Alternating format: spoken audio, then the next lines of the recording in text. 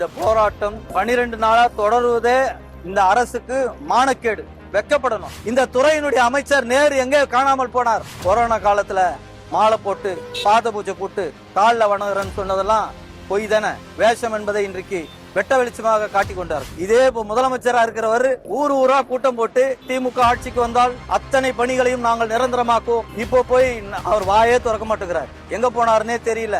எதிர்கட்சியாக இருக்கும் போது ஒரு பேச்சு, ஆளுங்கட்சியாக வந்த போது மாத்தி பேசுறீங்க. எதிர்கட்சி தோழர்களும் எங்களுக்கு முன்னிறதா பேசுறாங்க. ஆனா சம்பந்தப்பட்ட நாங்க ஓட்டு போட்ட ஒரு முதல்வர் எங்களுக்கு பேச இல்லை. எங்க வேலையை எங்க ஒய்ப்ப நாங்க கேட்கறது தப்பா? விடியலாச்சுன்றாங்க, எங்களுக்கு விடியாமையே இருக்குது. வியூஸ் ஆஃப் பில்வின் நேயர்களே, உங்கள் அனைவருக்கும் வணக்கம். நான் உங்கள் பில்வின் ரெக்ஸ் வின்சென்ட். இந்த காணொலியில நாம துப்புரவு பணியாளர்கள் கடந்த 12 நாட்களா ரிப்பன் மாளிகைக்கு முன்னாடி நடத்திட்டு இருக்கக்கூடிய போராட்டத்தை பத்தியும், அந்த போராட்ட காலத்துல அந்த மக்களுடைய மனநிலை எப்படி இருக்கு அப்படிங்கறத பத்தியும், அந்த மக்களின் குரல் என்ன, அந்த குரல் கேட்கப்பட்டதா, அரசின் பதில் என்ன அப்படிங்கறத பத்திலாம் இந்த வீடியோல தெளிவா பார்க்க போறோம். அதுக்கு முன்னாடி நீங்க இன்னும் இந்த சேனலை சப்ஸ்கிரைப் பண்ணல அப்படின்னா கண்டிப்பா சப்ஸ்கிரைப் பண்ணிட்டு பாருங்க. அப்பதான் நாங்க இந்த மாதிரி களத்துல நின்று போடுற எல்லா வீடியோக்களும் உங்களுக்கு வந்து சேரும். வாங்க வீடியோக்குள்ள போகலாம்.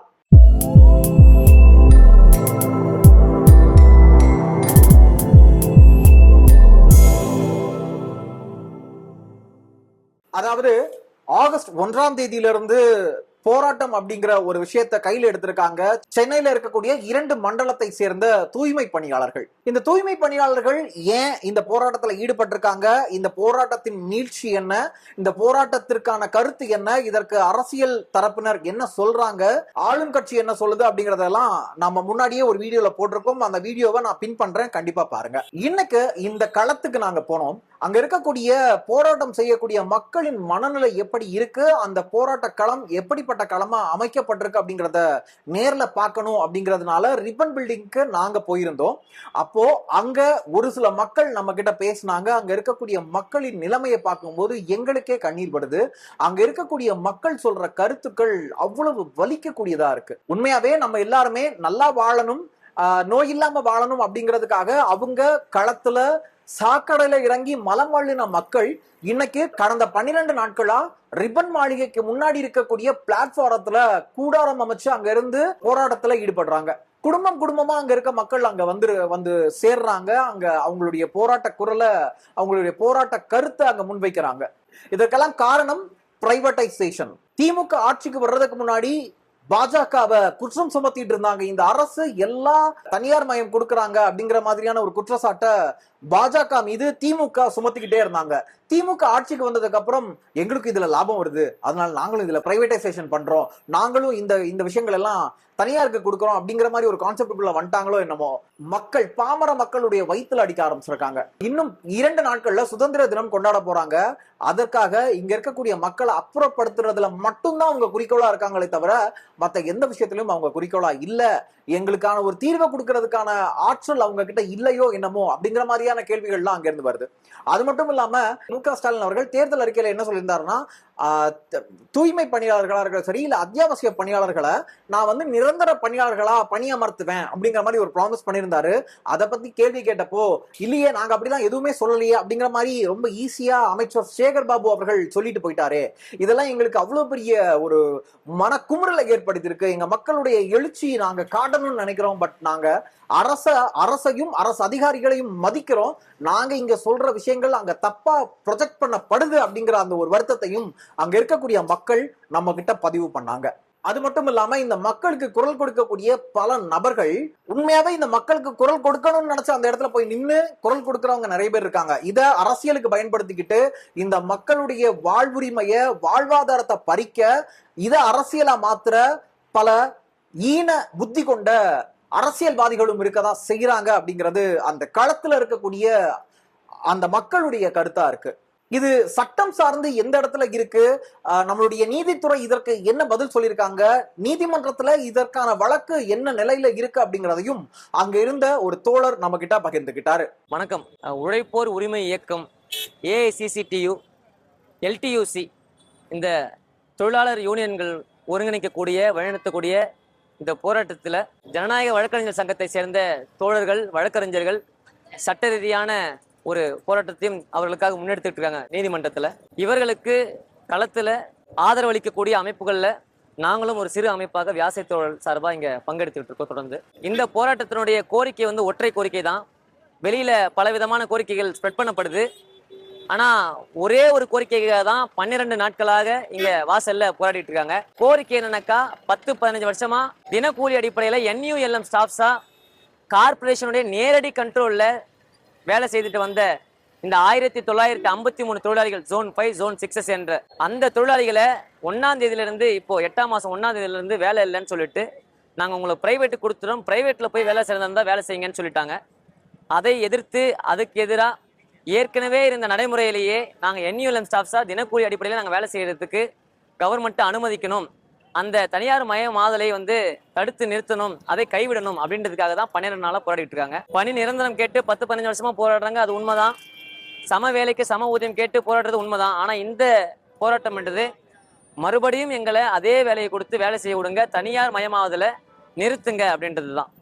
அதுக்கு 12 நாளா போராட்டம் நடந்துகிட்டு இருக்கு. 7 கட்ட பேச்சுவார்த்தைகள் நடந்தது. அதுல பேச்சுவார்த்தை தோல்வியில முடிஞ்சிருக்கு. தொழிலாளிகளும் உறுதியோட என்னைக்கா இருந்தாலும் அந்த கோரிக்கை நிறைவேறும் வரை நாங்க வந்து இங்க இருந்து போக மாட்டேன்றதுனால உறுதியோட 12 நாட்களா வெயிலையும் மழையிலையும் கொசுக்கடியிலும் இங்கேயே படுத்துக்கிட்டு இங்கேயே இருந்துகிட்டு இருக்காங்க. அதே போல அரசும் சரி அதற்கு செவி சாய்க்கிறதுல இத்தனை நாட்கள் வந்து கடத்திக்கிட்டு வராங்க.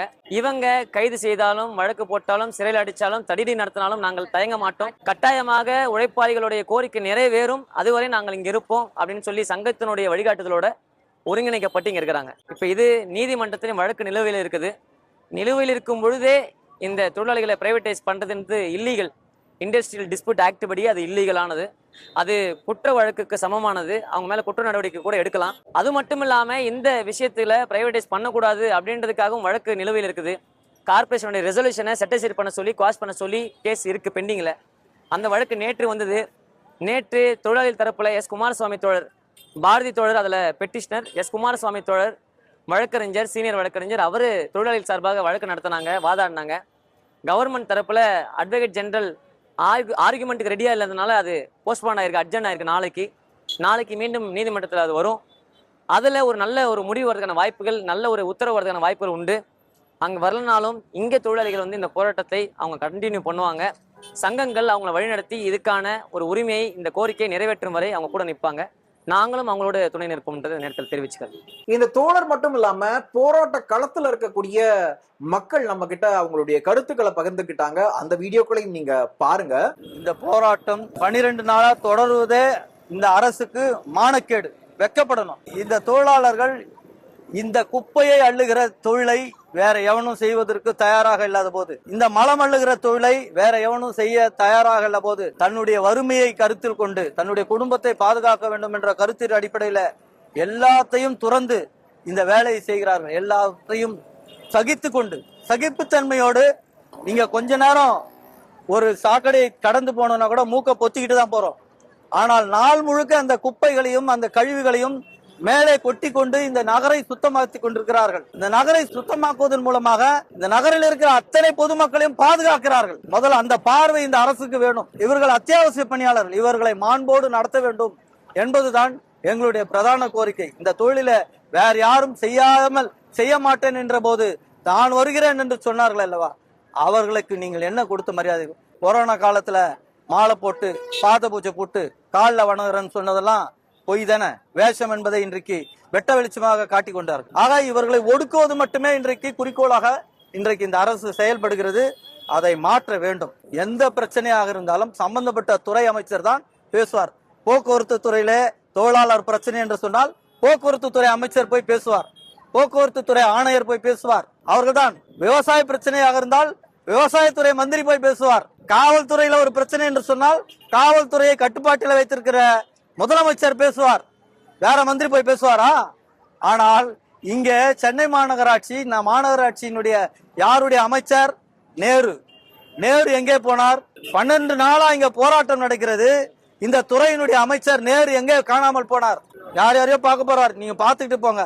இந்த திமுக ஆட்சிக்கு முட்டு கொடுப்பதற்காக இந்த மக்களை பலிகடாக்குறீங்களே, இன்னைக்கு நீங்க தானே முன்னாடி வந்திருக்கணும். அவங்க இன்னொன்னு சொல்றாங்க, ரொம்ப முற்போக்க சிந்தனையாக சொல்வதாக சொல்றார்கள். நாங்கள் இந்த தூய்மை பணியில ஈடுபடுகிற SC/ST மக்கள் அதிலிருந்து விடுபட வேண்டும் என்று விரும்புகிறோம், அதனால இதை தனியாருக்கு கொடுக்கலாம்னு சொல்றாங்க. நாங்கள் வரவேற்கிறோம். ஆனால் எடுக்கிற கான்ட்ராக்ட் எடுக்கிற நிறுவனம் வேற யாரை வச்சு வேலை செய்யும்? தமிழ்நாட்டு மூலமாக எல்லா இடத்திலும் கான்ட்ராக்ட் எடுத்திருக்கிறாங்களே, அவர்கள் எல்லாம் எந்த மக்களை வைத்து வேலை செய்கிறார்கள்? பேர் மட்டும்தான் மாறும், வேலை செய்கிறவர்கள் இந்த மக்கள் தான், மலம் அள்ளுகிறவர்கள் இந்த மக்கள் தான், குப்பை அள்ளுகிறவர்கள் இந்த மக்கள் தான். இதுல ஏதாவது மாற்றம் வந்திருக்கிறதா? அதற்கு ஏதாவது உத்தரவு இருக்கிறதா? Manual scavenging abolition act and rehabilitation ஒரு சட்டம் இருக்கிறது, மத்திய அரசால் கொண்டு வரப்பட்ட சட்டம். அந்த சட்டத்துல சொல்றாங்க, இந்த தொழிலாளர்கள் இந்த தொழிலிருந்து விடுபட வேண்டும் என்று சொன்னால் அரசாங்கம் இவர்களுக்கு மாற்று வேலை கொடுக்கணும்னு சொல்லுது. இதை ஏற்பாடு செய்யறதுக்கு தயாரா இருக்காங்களா? இதை சொல்லுகிற முட்டு கொடுக்கிற அதிக தலைவர்கள் இதை பேசுகிறார்களா?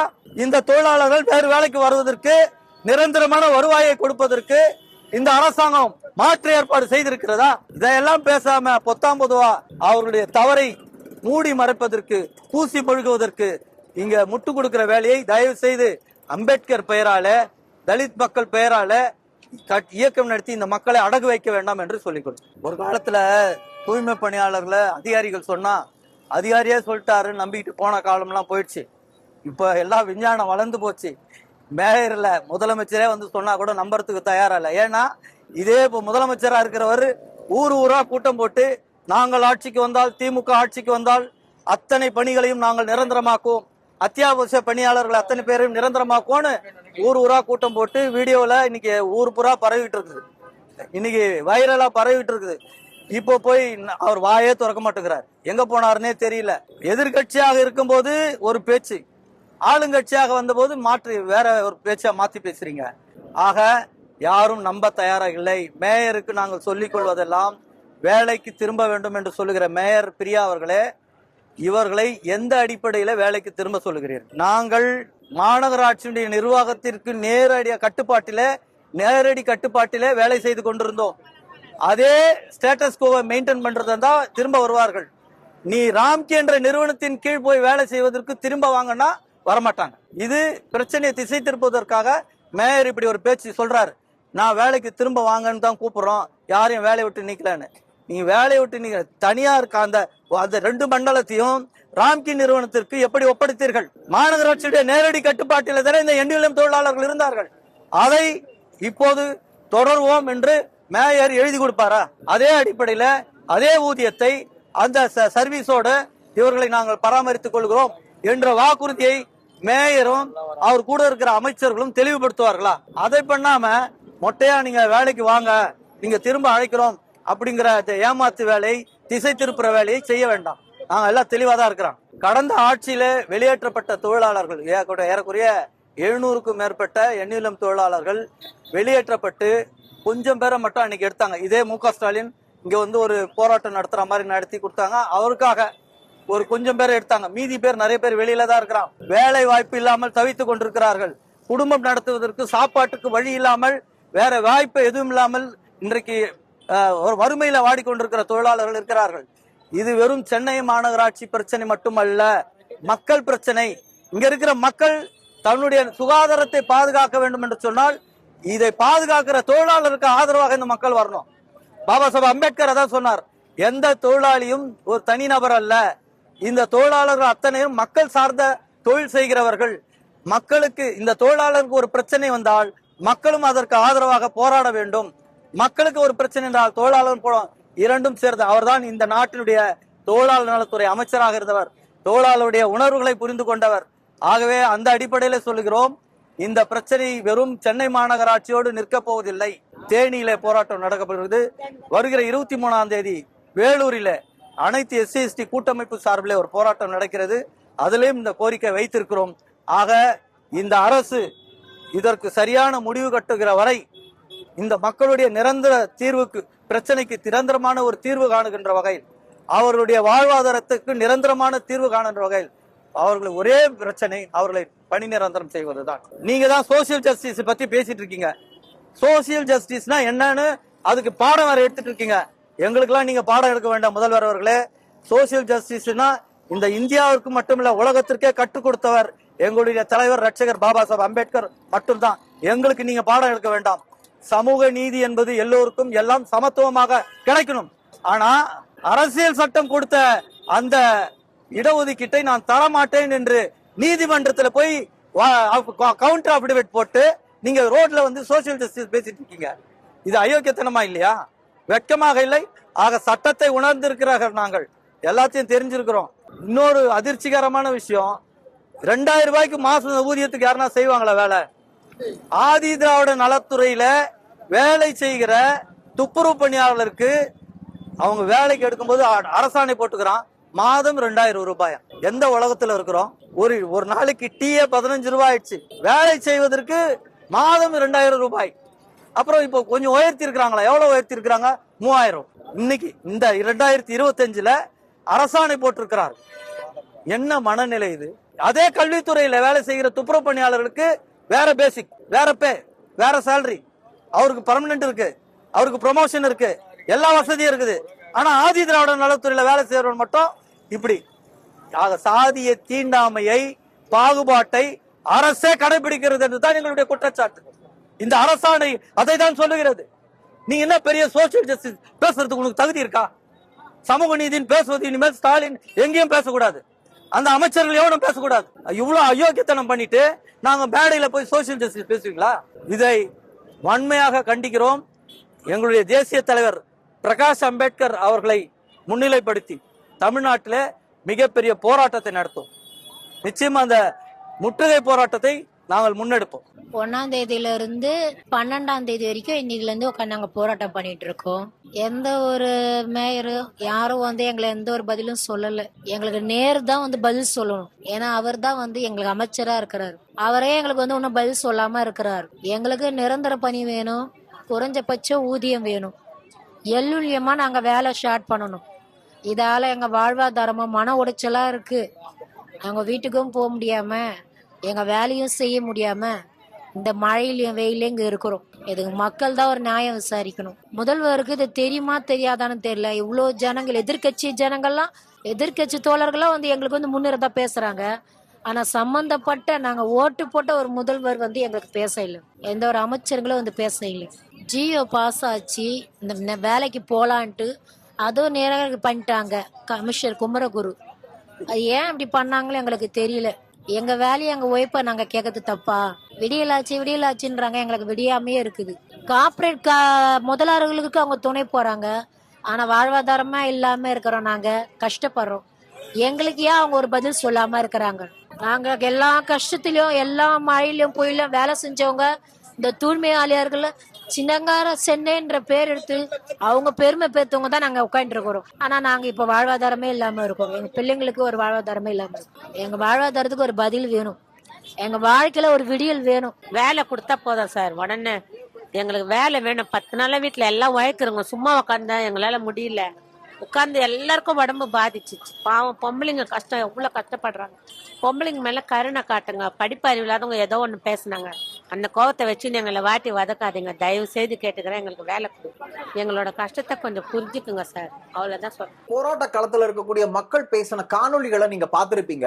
எவ்வளவு மனதை உடைக்கக்கூடிய, நொறுக்கக்கூடிய விஷயங்களா அவங்க சந்திச்சுட்டு இருக்காங்க, அனுபவிச்சுட்டு இருக்காங்க அப்படிங்கிறது இதன் மூலமா நம்ம எல்லாருக்கும் தெரியும், புரியும் அப்படின்னு நான் நம்புறேன். நான் இந்த காணொலியை நான் பதிவு பண்ணிட்டு இருக்கிற இதே நேரத்துல இந்த துறையினுடைய அமைச்சர் திரு KN நேரு அவர்கள் எங்கேயோ ஒரு இடத்துல இருந்துட்டு, நான் இந்த மாதிரி 2026 தேர்தலுக்கான வேலைகள்ல இருக்கேன் அப்படிங்கிற மாதிரி ஒரு பத்திரிகையாளர் சந்திப்பு கொடுத்திருக்காரு. அது மட்டும் இல்லாம அவர் என்ன சொல்லியிருக்காருன்னா, நான் இங்க இருக்கேங்க, ஆனா எனக்கு பதிலா அங்க அறநிலையத்துறையுடைய அமைச்சரும் சென்னை மாவட்டத்தினுடைய கமிஷனர் அவர்களும் அங்க இருக்கக்கூடிய ஜாயின்ட் கமிஷனரும் மக்களை சந்திச்சு பேசுறாங்க. இந்த சம்பவத்தை பத்தி நான் தான் பேசணும், நான் தான் இதுக்கு வழி வகுக்கணும், இதுக்கான விடையை நான் தான் கொடுக்கணும், இல்ல இது எங்களுடைய ஆட்சி, என் சார்பா யார் வேணா பேசலாம் அப்படிங்கிற மாதிரி ஒரு கருத்தை முன் வச்சிருக்காரு. இந்த மாதிரியான ஒரு விஷயம் இதற்கு முன்னாடி எந்த ஆட்சியிலுமே நடந்ததில்லை அப்படிங்கிறது இங்க இருக்கக்கூடிய சமூக ஆர்வலர்களாக இருக்கக்கூடிய அனைவருடைய கருத்தாவும் இருக்கு. உண்மையாவே நான் இதுவரைக்கும் இந்த மாதிரி ஒரு அமைச்சர் இப்படி பேசி நான் பார்த்ததில்லை. ஒரு பொறுப்பற்ற நிலை நிலவுது அப்படிங்கிறது தான் உண்மையான நிலவரமா இருக்கு. குறிப்பா ஆளும் கட்சியில இருக்கக்கூடிய அரசியல்வாதிகளுக்கு மெத்தன போக்கு அதிகரிச்சுட்டு வருது அப்படிங்கிறது தான் நிதர்சனமான உண்மையா இருக்கு. மக்களுக்கான அரசா இது இருக்கா, இல்ல அரசர்கள் ஆளுகின்ற அரசியலா இருக்கா அப்படிங்கிறது தான் இங்க எல்லார் முன்னாடியும் வைக்கக்கூடிய ஒரு மிகப்பெரிய கேள்விக்குறியாவும் இருக்கு. இந்த சம்பவங்களை பத்தி, இந்த நடந்துட்டு இருக்க போராட்டத்தை பத்தி உங்களுடைய கருத்து என்னவா இருக்கு? இவர்களுக்கான விடை எப்ப கிடைக்கும் அப்படிங்கறதெல்லாம் நீங்க கமெண்ட் செக்ஷன்ல லீவ் பண்ணுங்க. எந்த அரசியல் கட்சி திரும்ப ஆட்சிக்கு வந்தா இவர்களுடைய நிலை மாறும் அப்படிங்கறத நீங்க நினைக்கிறீங்க அப்படிங்கறதையும் கமெண்ட்ல லீவ் பண்ணுங்க. மறக்காம சேனலை சப்ஸ்கிரைப் பண்ணுங்க, உங்க ஃப்ரெண்ட்ஸ்க்கும் ஷேர் பண்ணுங்க. மீண்டும் இன்னொரு காணொலியில உங்க எல்லாரையும் வந்து சந்திக்கிறேன். அதுவரைக்கும் உங்களிடமிருந்து விடைபெறுவது நான் உங்கள் பில்வின் ரெக்ஸ் வின்சென்ட். நன்றி, வணக்கம்.